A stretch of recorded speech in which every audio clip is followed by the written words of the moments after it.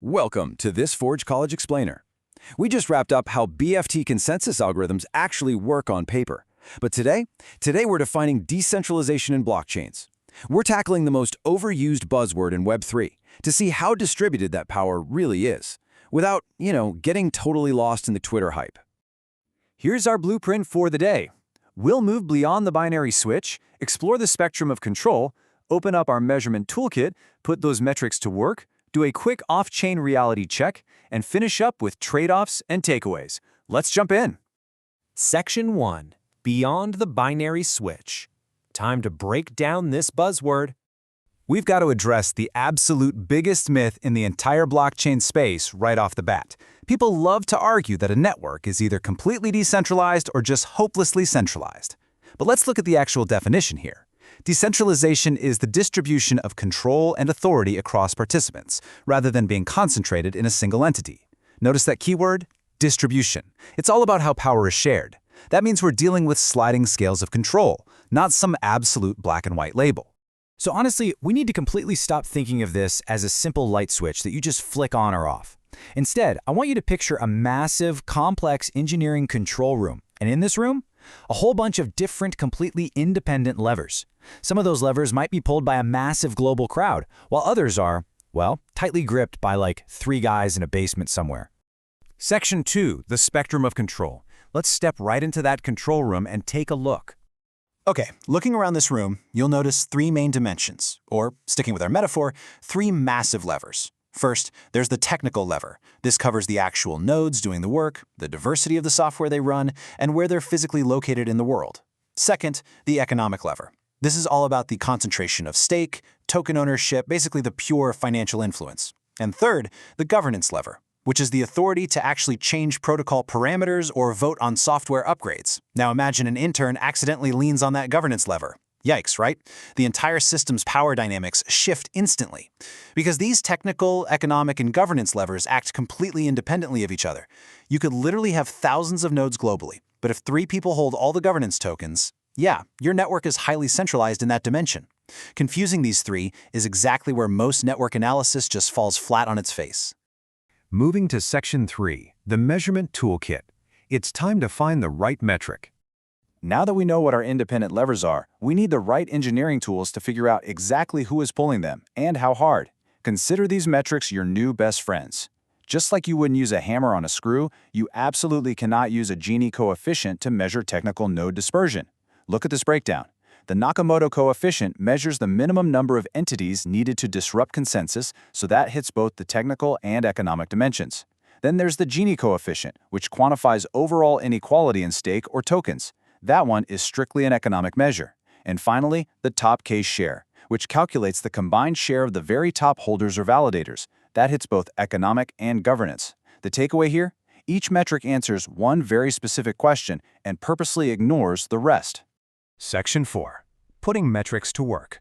Let's dive into a 100 validator proof-of-stake case study.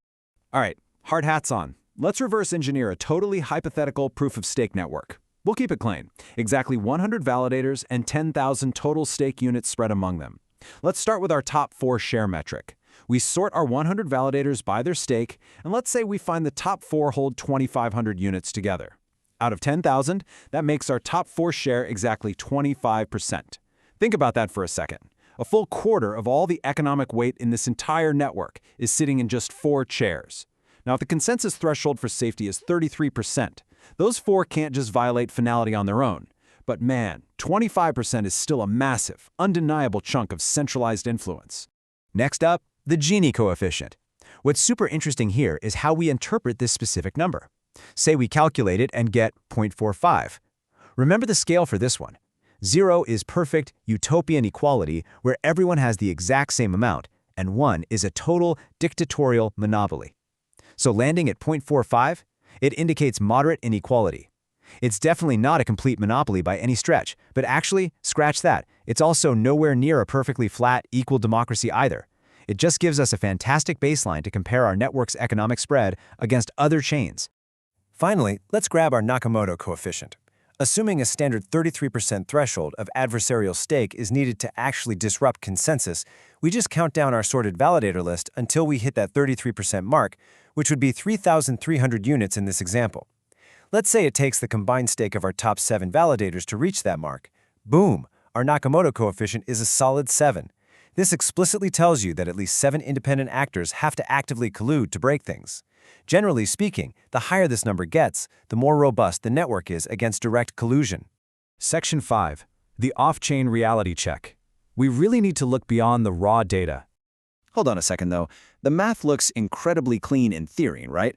But as we all know, math doesn't happen in a vacuum. We have to take these pristine, beautiful numbers and deliberately cross-check them against the messy real world. Which brings us to the most critical question.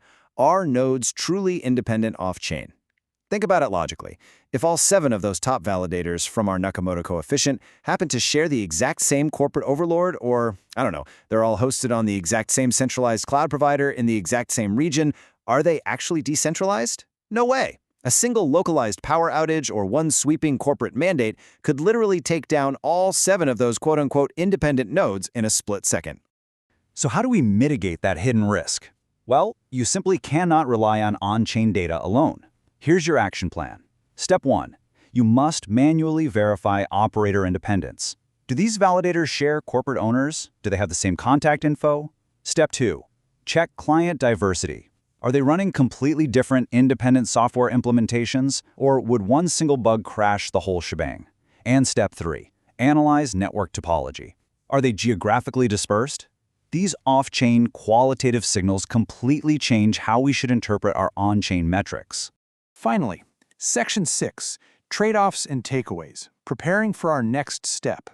This perfectly sets us up for our next module on the architectural trade-offs of these systems, like how higher dispersion might drastically increase censorship resistance, but at the same time totally bog down governance coordination. But before we get there, remember the core philosophy of what we just learned. Measure before you judge. Always, always measure first. Combine our quantitative on-chain toolkit, your Nakamoto, your Gini, your Top K, with those qualitative off-chain realities to get the true, holistic picture of network health.